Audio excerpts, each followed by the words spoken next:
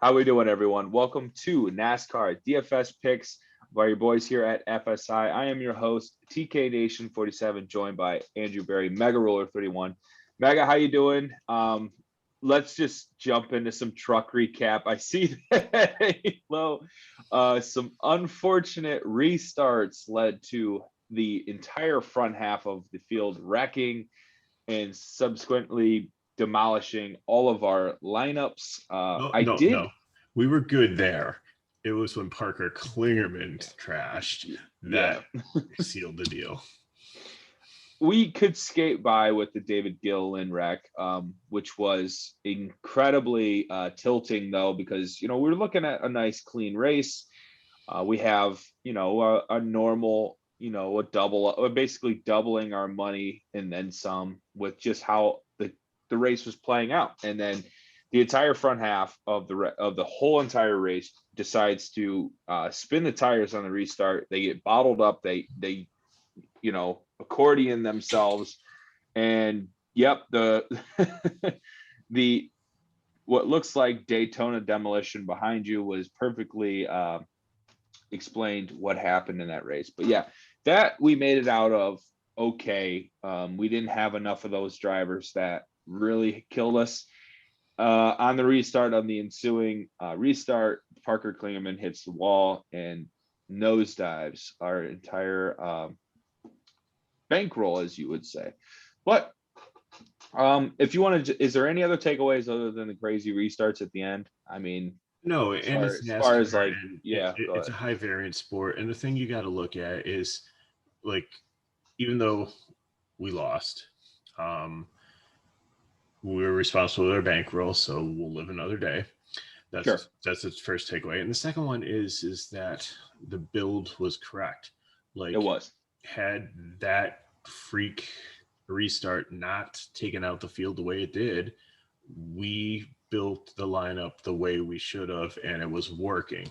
So, so the process is there, and it's just a matter of time before, you're going to lose some, but we generally have green screens at the end. I would say like maybe 2 out of 10 races, doesn't work out. So you just got to make sure that you're not tilting, you're not putting everything in, that you're being responsible for your bankroll, and then you live to see another day. So what we lost tonight, we will win back tomorrow in Xfinity. Absolutely. Yeah, absolutely. I mean, I couldn't agree more. Other takeaways from the truck race was how pivotal it is to restart on the outside. It looked like the top groove was the one working on the restarts. That extra, I don't know what it is, come off on the top of the groove coming out of the turns really made the difference. So the choose zone will play into factor for the next couple of races. But at least there's some rubber down on the track now too. Like, these trucks start out with like a green track, so there's some quickie dry too, if you haven't noticed. Plenty of that. Some reflectors, some rear view mirrors, some fenders, lug nuts. They're looking like Bristol out there. All right, but let's get into some picks for the Steakhouse Elite 200, 147 laps again. And we got AJ Alma Dinger on the pole, a guy we've been playing all year, someone that is full-time Xfinity now, racing for the colleague racing team. He's starting on the pole, and then we have Austin Cendrick starting second. Let's start with those two guys. Is AJ Allmendinger the equivalent of what John Hunter Nemechek was for the truck race? I don't know, because I don't know, like, with these intermediate tracks, I know he's a great road course driver. That's like what he came up on. So his skills transferred good to short tracks. This is an intermediate track, maybe some short track principles a little bit, but I don't know. He's a GPP for me. I don't feel like he's one I can throw in a cash lineup. I think Cendrick will get out ahead and lead this race. We've seen that happen so many, times this year when he's up close to the front. AJ struggled. If it's AJ's track, then he can get right through that field like a knife through hot butter, or a hot knife through cold butter. Hot butter would be melted butter anyway. So, but anyways, it just he can get up through the field rather quickly if it's his type of track. But I think Cendrick, gets out ahead here and just pulls away, and the rest of them are jockeying for position behind. Yeah. I don't think I built 50 lineups for the truck race because we obviously loved our lineup builds and I felt really confident. I put like at least 35 of those with John Hunter Nemechek. I don't think this is going to be the same kind of build for me with AJ Alma Dinger on the pole. I think 10 of 50 is going to be the kind of route I take. That's fair. 10 of 50. If he gets, a lot of those early lead laps, he keeps his car clean and, he's got that really good track position on pit road. So like I could see an outcome where he top fives with, some lap lead points and things like that. So I think GPP is the best way to describe Allmendinger. Cendrick, I couldn't agree more with cash play from him. One of the best cars on the Xfinity track circuit. I just think there's a ton of different outcomes of good talent within this top 10 to where I think the lead changes quite often tomorrow. Well, yeah, today. I'm not sure if it's past midnight or not, but yeah. So I just think the lead's going to be changing quite often. I think they don't get a competition caution as well as a stage one caution. So, or is that just cup? I'm pretty sure that might be just cup, but yeah, they're going to get stage cautions. And I just think there was a competition caution in trucks. So, okay. That might've been because of the rain earlier in the day. I'm not sure, but I don't know. I think Cendrick is a good cash option because of the upside he possesses as far as dominating races. I just don't see this being dominated by one driver tomorrow. I see a bunch of different leaders in this one. So I want more shots at dominators. But yeah, well, let's get into Jeb Burton, Justin Haley, two guys under 9K. Jeb Burton, a race winner this year. Any love for him or Justin Haley? I was happy to see him win the race, but it was because it started to rain. I really wish they had played that one out. I don't know if he would have won it at that point. He and Haley are GPPs to me. I don't know. I don't feel that they're going to go out and completely dominate. You actually have 3 Kahlua Racing teammates here starting with Cendrick. Can they work together? I don't know, because I've seen a lot of with Kahlua, like they don't really necessarily work very well together. It's not like they're purposely working against each other, but I just don't see like any symmetry there. Yeah, synergy, not symmetry. Yeah, I know what you meant. The teams doesn't really help on Darlington, except for restarts, and Right. even then, it's if you got a better car, there's no way around it. You have the better car, you're going to get passed. It's that easy to pass here at Darlington. So I don't know. Teammates thing is cool and all, but I think unless they nail the setup, I don't really think I'm going to have too much Jeb and Haley. Maybe in GVP's last guy in will kind of be like my outcome here. I don't know if they have the upside that I'm looking for laps led. Maybe Haley, but it's a long shot. Well, before we tiptoe through this whole top 10, just looking at it, here's my fear, okay? Because after them, you have Grayson, Herbst, and Hemrick. And Hemrick and Grayson are going to be lined up nose to tail. Yeah. And those two are aggressive, and they have had beef with each other in the past.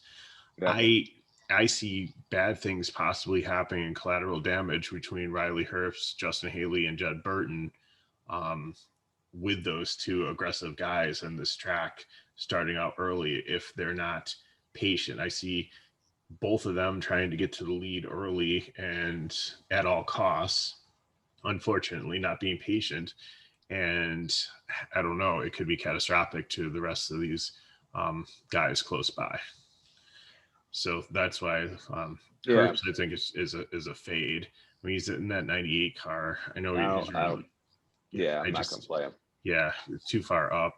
Hemrick, possibly a cash play out of there, but I think everybody else in the top 10 here is a GPP. I like Brown's price at 6,900, but I don't know if he might be punching above his weight class starting that high up. Right. And I think GPP on Brown as well. Yeah. I think, honestly, I think Daniel Hemrick. Now, how is Hemrick fared on intermediate tracks this year? Is he someone that we can get in there as a possible dominator for this race? Potentially. He wrecked out early in the second Darlington race. His average running position was 36th. But the first Darlington race, his average running position was 6.8. Atlanta, similar track, 11.6. Homestead, similar track style, 7.6. So definitely top 10.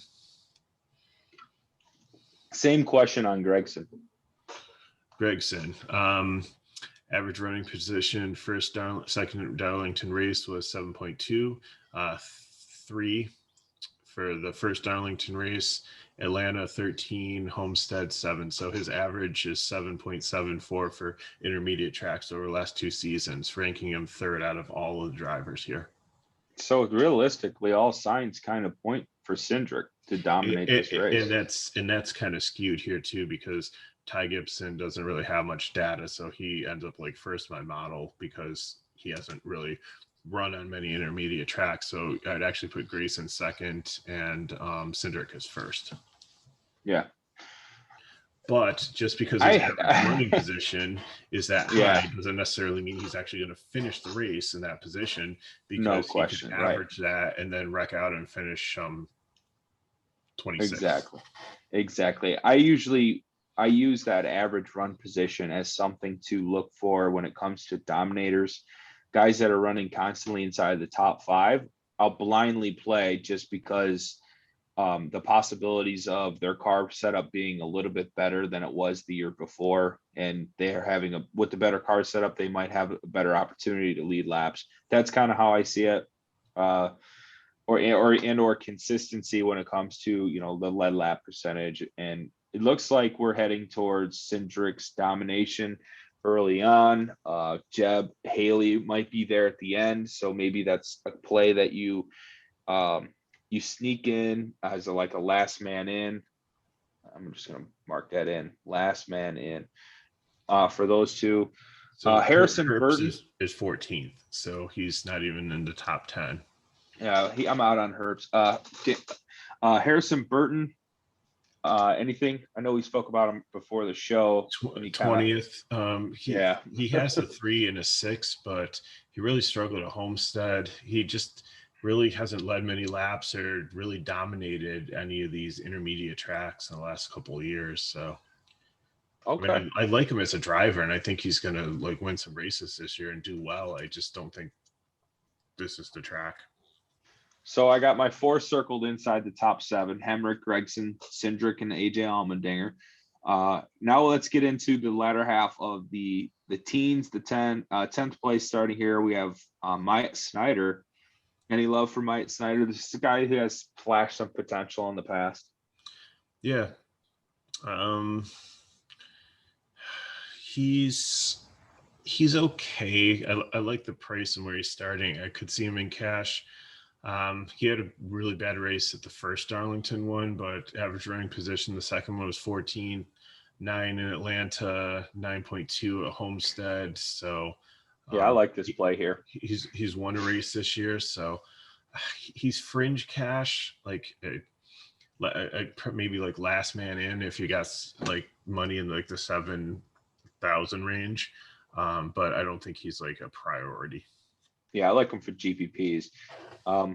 Ryan Sieg, I think this is the most overpriced driver in history of NASCAR DFS every week. What Yes. does everybody know about Ryan Sieg that we don't? I I don't don't know. He see. has like the weird pitch strategies. Like he zigs when everybody else zags, and they think like, one out of 100 times is going to work out and he's going to win a race, but the other 99, you're left holding the bag. Yeah, big fade for me on Ryan Sieg. Next guy up, Jeremy Clements, typically a GPP play that I usually play. I don't Yeah. know how I like him on intermediate tracks. I usually play him in the plate races, but what are our thoughts on Clements? What are you seeing that I might not be? I could see him in cash here. 72, his price is in the top 15. He's the second lowest. Sure. His average running position overall is 12th, like average Yeah. score. Like he's got a 13 overall. He just had one race where he's in the 19s, but everybody else was like anywhere 10, 12, 13. So he definitely seems like he'll be finishing where he starts if he's got a clean race. So Yeah. Brett Moffatt, he went full Xfinity midway through the year, and he yeah, gave up on the truck. So it looks like a lot more emphasis on this O2 team. Any love for Brett Moffatt? 8,200 is not a bad price tag. How's the car and the equipment though? I don't think love is the optimal word here. Our motorsports isn't bad. It's a good car. Okay. Because that's the same one that Tyler Reddick was in the 23, the same team. So the equipment is sound. Sure. I think he's got all his chips in here. So 31st in Atlanta kind of scares me, but let me take that out of the equation. So if I take that number out of his average running positions in my model, he jumps up to 7th. Not bad. Overall. So he has a 16, a 13, an 8.2, and a 10.6. So I think he's okay. Again, I think he can. I have him as a GPP. His price tag's just a tad high for what I'm looking for. Mm-hmm. I think if you could fit him over Myatt Snyder, I think that would be a better play than Myatt Snyder if you're going back and forth on those two. The thing I like about Myatt Snyder is that I think Myatt Snyder has the capabilities of leading laps, and I think that's what I look to for upside in GPPs is guys that that have the driving ability to lead laps, and I think Snyder, given the opportunity inside the top 5, can get his way to the top of getting into first and leading laps. I just struggle in my own mind thinking that Brett Moffatt is capable of doing that without some type of caution or pit strategy or something like that. So that's what I battle in my own mind. So maybe Moffatt will be last man in for me. Yeah, Like in a don't play GPP him. lineup. But again, if I land on him in a GPP build, I'll put him in. But he's not one that I'm just like, gotta get Brett Moffatt in there. Sure. Lock him in. 14th and 15th, we got a couple value plays here. Tommy Joe Martins and Timmy Hill. 14, 15, 17, 18. Just cross off your bingo card. So Star, Buford, Castle. Let's put a big old fat F next to them. Tommy Joe Martins and Timmy Hill, all fades. Yes. Allgeyer Hill does have a sponsor, but I think they're starting. they are so risky, like starting where they are, and there are so many. I can at least see 5 to 7 cars below them that should definitely pass them and get up there. Agreed. So those guys will be on the fade list for most likely. But sandwiched in between them, we have one of your favorite plays of the day tomorrow. What is Justin Allgeyer's status on our big board? I really like him. He was really good here in the first Darlington race. He had an average running position of 20 in the second one. Atlanta, he did really well at that race. He actually ended up winning it. He held off Martin Truex. And I think he's in that sweet spot where you've had some nice place differential here. Plus, you have a guy Right. that can get up there and possibly win this race and lead some laps. Yeah. I really like him. He's kind of pricey, which I think might keep people off of him. But I think it will. yeah, I definitely like him. All right. He's all in on the Allgeyer. What about Michael Annette? Any love for another junior motorsport teammate of Justin Allgaier? Yeah, price is a little high, but Right. his average his composite score for average run position is 7th. So that leads me to believe that he can get up into the top 10. 9.3 second Darlington race last year, 10, 9 in Atlanta, 12 at Homestead. So overall 11.5, 7th overall in this field. So again, price is a little high for me. I'd rather have him at 8.3 than 9.3. I think they're charging you for that 10 place differential points, but he's definitely. And I would say their potential place differential points. Like there's certainly guys behind him that could also pass him.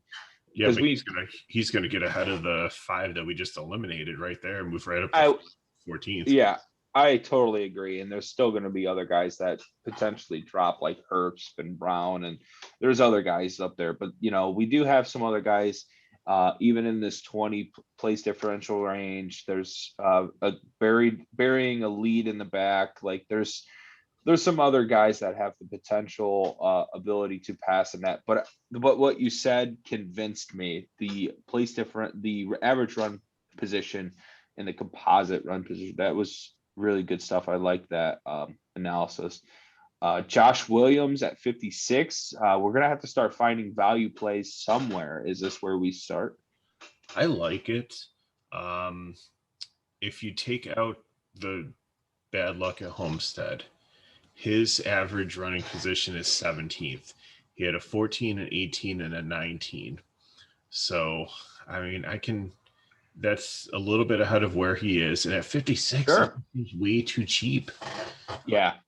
That's the deal breaker. Is 5,600 is super cheap. Given some of the other value plays that we're looking at here, it's a deal maker for me, not the deal breaker, man. Exactly. And it's like his car is better than 15 other cars that I'm counting. Just looking at the running, just looking at the lineup, I could see like his car being better than that guy, that, like I'm counting them off in my own mind. So 21st position with a average run in between 15 and 20, 4 or 5 place differential points, but he's going to get a decent finishing position. Sign me up for Josh Williams. I couldn't agree more. Brandon, give me some more fuel for that fire. What do you think his DNF rate is in 8 races? How many races do you think he's finished out of 8? Probably at least 6. At least 6. Yeah. He's finished all 8. He's finished all 8. So there you go. More with consistency. Average finish of 20. And he's actually led, I mean, it's a small percentage, 0.02% of laps, but I mean, that's good. And he has raced at Darlington 3 times. And you want to know what his DMS percentage here is? 0%. Yeah. So he can stay out of trouble. I really and like that's what we'll need at 5,600.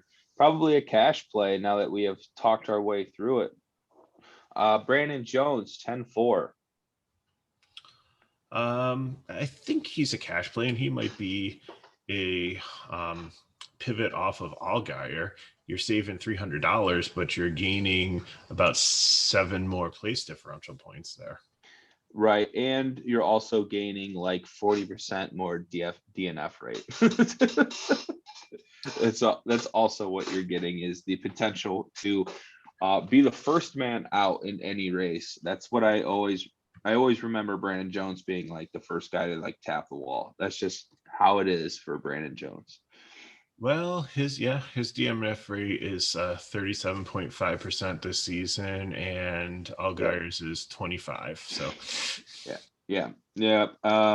I certainly think it's a good GPP play. I bet you this is one of the most popular plays tomorrow is Brandon Jones. And he's got, even with all his bad luck and even with a 31 average finish at Atlanta, he ranks 4th overall for speed in average running position in this field. He is a good intermediate driver. He's a Dr. Jekyll, Mr. Hyde. It's like the checkers for wreckers, like we said. Exactly. It's like he's Gregson starting 22nd. Yes. So I rather play Brandon Jones than Gregson. Yes. I'd rather play neither, but if you had gun to your head, you had to. It's Brandon Jones.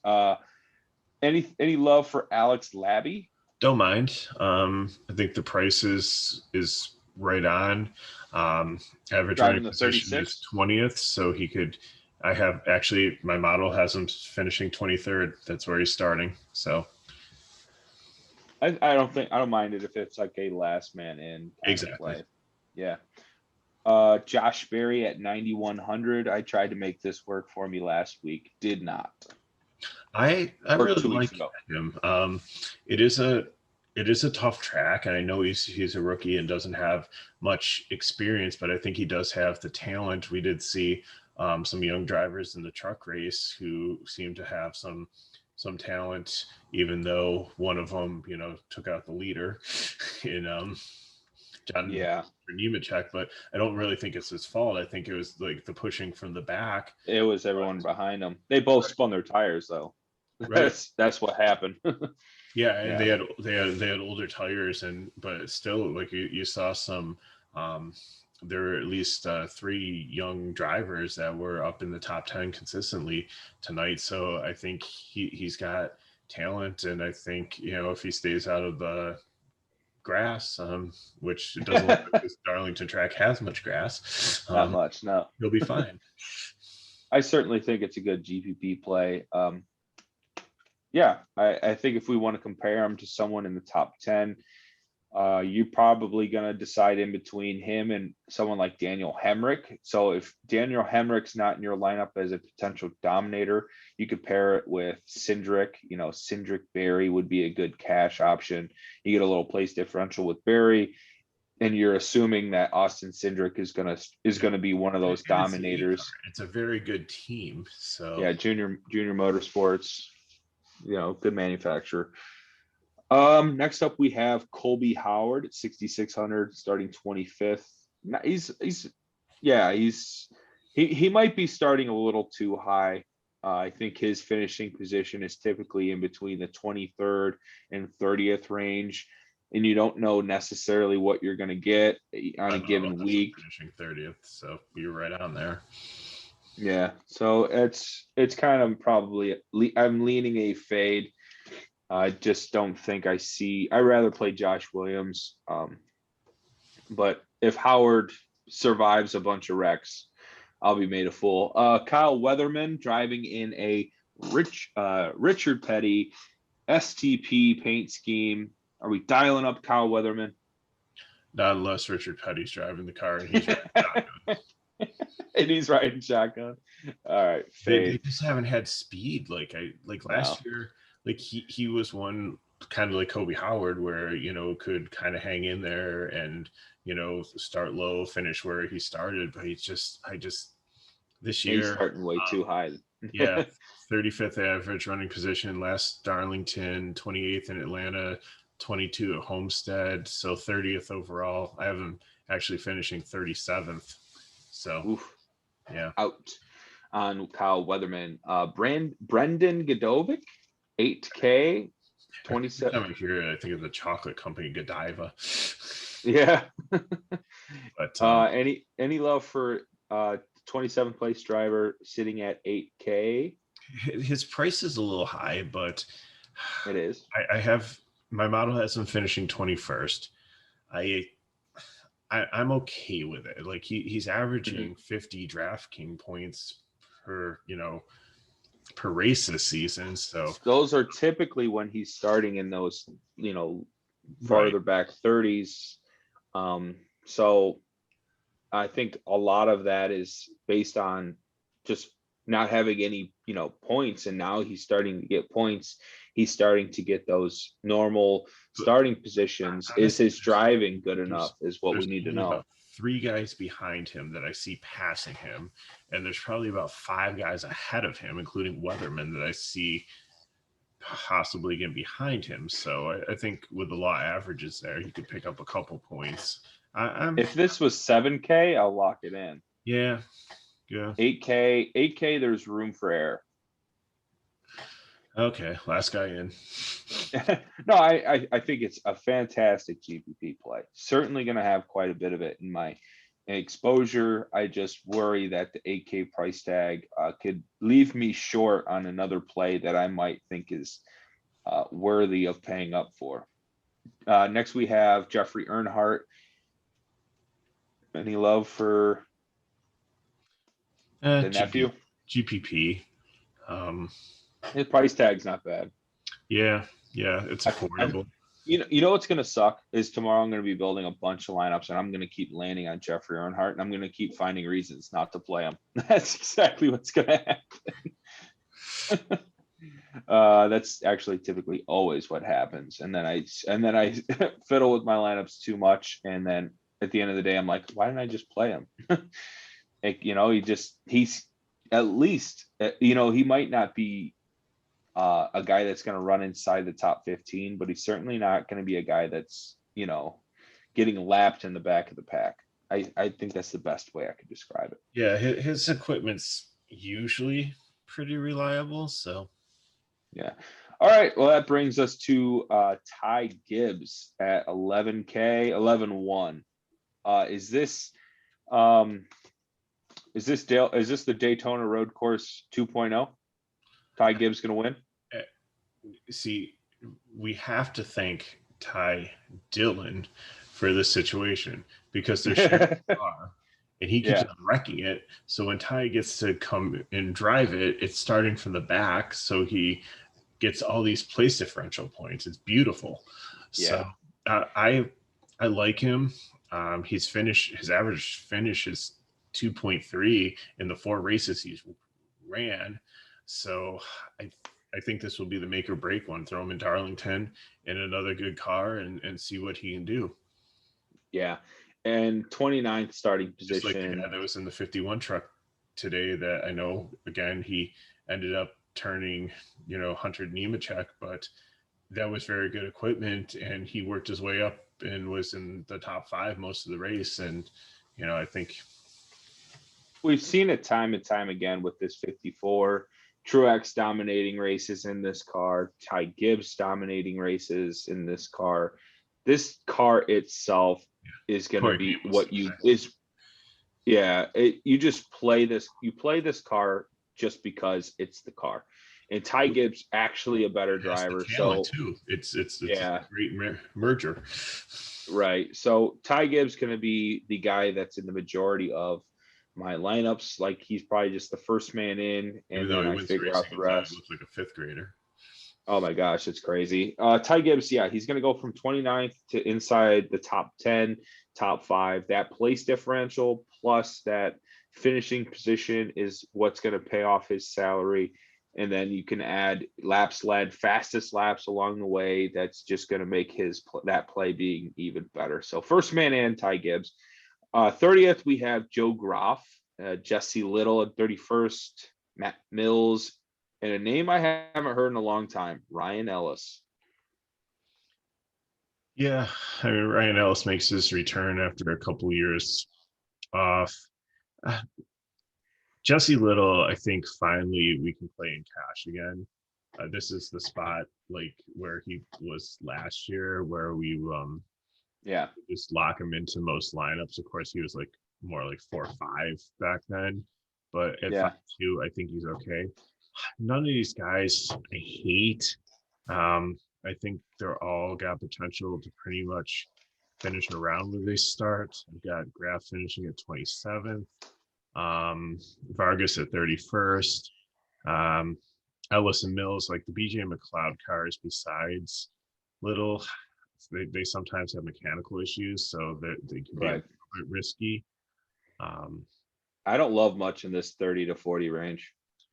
Yeah, JJ Yaley, if he is there, it's kind of weird because when you pull up on the NASCAR, Yeah, um, he's not listed. he's not listed, but he is listed at DraftKings in this position. So I wouldn't be surprised if some, buddy else is in the car. Some news drops tomorrow that JJ Elliott will not accumulate points. Yeah. He's starting 35th at 7,700. I think him and maybe Galding are the only two plays that I could envision myself playing in this 30 range. Trying to see if there's anybody in like the DK pool that might just like pop in there. But I don't. Everybody I think is accounted for. So yeah, even Landing Castle has a ride. That's how you know everyone's accounted for. it'll be like Josh Balicki or somebody will. Oh God. Anyone else in this 30 range? Because I'm not seeing much. Curry, I kind of like. He did decent in the truck race today, so he's at least seen the track. It's the Harmon car isn't horrible. Sure. Weatherman's his teammate. Oh. But and Matt Jacole, if they don't start in park, that's not a bad car there. That's probably like his 6K starting 40th. There's floor there because you can't go anywhere but up. Sure. And I think a couple of these cars, who's Berryhill? Like BJ McLeod and the McLeod cars could potentially, have mechanical issues. So sure. Who's this Berryhill? 6,200. He raced starting 36, maybe like 10 years ago or so. He was.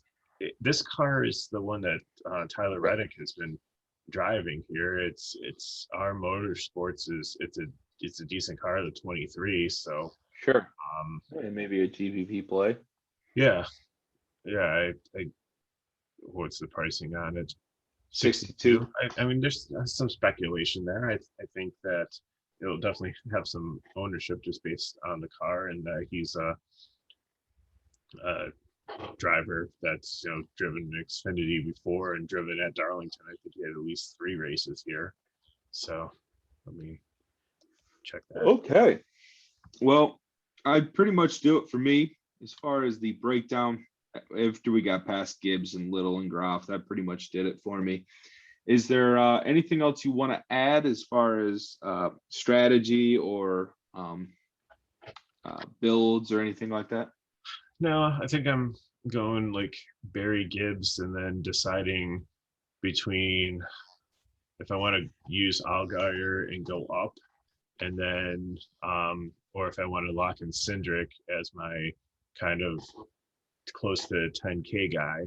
I think I'm gonna probably lock in Josh Williams at 56, and then that leaves me about I think 7,800 left to find my final 2 drivers. That's 78 apiece, so I'm not to like 45,000. So and that gives me some decent options to fill out the rest of the lineup with. No doubt. And the other thing I might do too is, we've talked about it before, is just find this base in the back where if I take like the Gibbs and the Barry and the really cheap guy in Williams, and then find like the 2 other mid-range guys that fit in, and then just rotate guys in the top. So have that lineup, and then Alma Dinger, and then Cendrick, and then Burton, and then Haley, like in the like dollar GPPs, like the 20 lines, just use like maybe like 2 different combinations of dominators up top just to see if you can cut shit. Yeah. All right. Well, that'll do it for us here at FSI. Great breakdown as always, Andrew. And if you could follow him on Twitter at MegaRuler31, you can follow me on Twitter at TKNation47. And be sure to follow the Twitter handle for Fantasy Sports Insight at FSI_DFS. The link in the bio is to our Discord channel. For that reason, you can get all of our core lineups, our projections, and chat anytime you'd like on roster builds, all that kind of good stuff. And please like the video, comment below. and subscribe to Fantasy Sports Insight. And thank you.